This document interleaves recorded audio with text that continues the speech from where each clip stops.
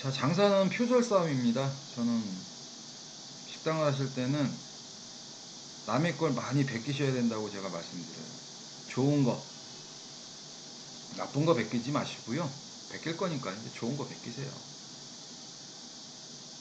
베끼시고 이거는 내가 최초라고 하지 마세요. 그건 거짓이잖아요. 어디서 봤는데 참 좋아서 제가 지금 쓰고 있습니다. 이렇게 드러내시면 돼요. 그러면 베꼈다고 손님들이 뭐라 하지 않습니다.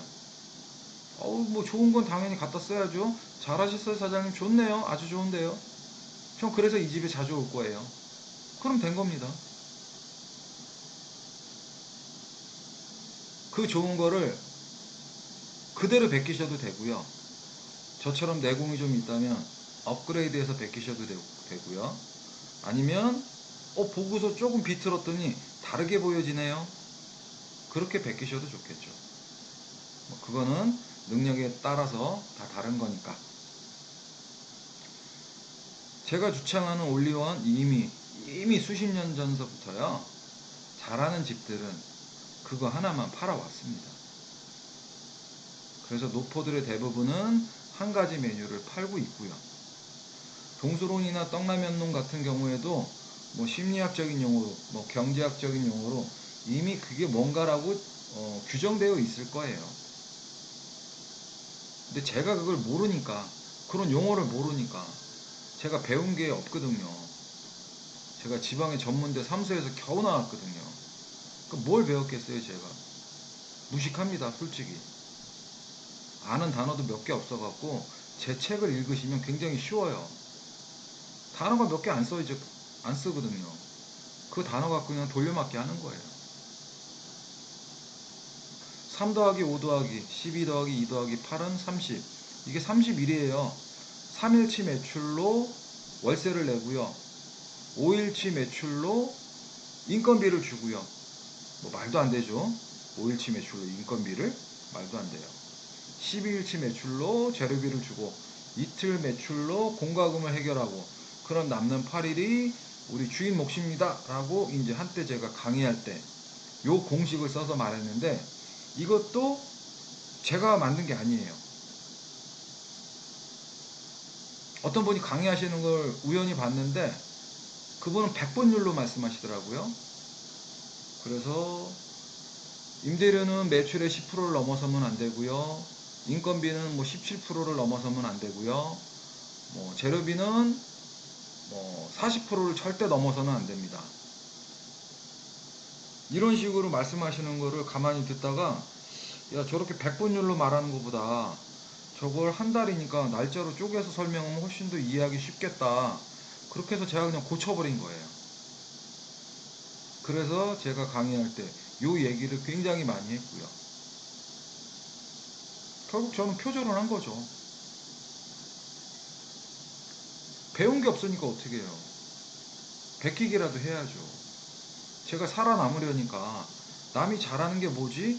저 집은 왜 잘 되지? 아, 저것 때문인 것 같구나 라고 해서 마구 갖다 베꼈습니다. 그게 시간이 지나고 경험이 축적되다 보니까 나름의 데이터가 되는 거죠. 그리고 나름의 공식이 되는 거고요. 얼마든지 베끼셔도 돼요. 마창을 보고 베끼셔도 됩니다. 마창 식당에 보신 거 다 베끼셔도 돼요. 그거 특허 내지 않았어요. 베끼셔도 누가 뭐라고 안 해요. 단 정말 비양심적으로 베껴서 옆집에 차리는 건 그건 안 되겠죠.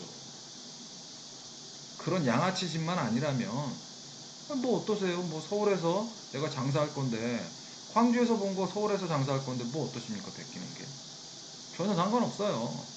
마창에서 제가 보여드리는 것들, 제가 책을 통해서 보여드리는 것들, 이렇게 유튜브로 해서 알려드리는 것들, 베낄 게 있으면 얼마든지 베끼시는 겁니다.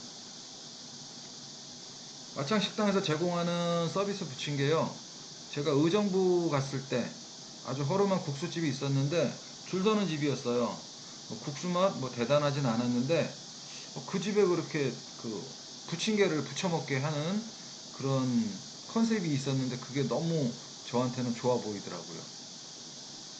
그 라면 서비스도 파주에 어떤 체인점을 꿈꾸는 멋진 젊은 청년이 운영하는 고깃집에서 그 집에서 라면 포트기를 이용해서 손님이 마음껏 먹게 하더라고요. 그래서 저도 라면 포트기 갖다가 놓으시라고 했고요. 지금은 거기서 한 단계 발전해서 그냥 한강라면, 기계라면 그거 30만원 밖에 안 하니까 그냥 그거 설치하라고 이렇게 업그레이드를 했습니다.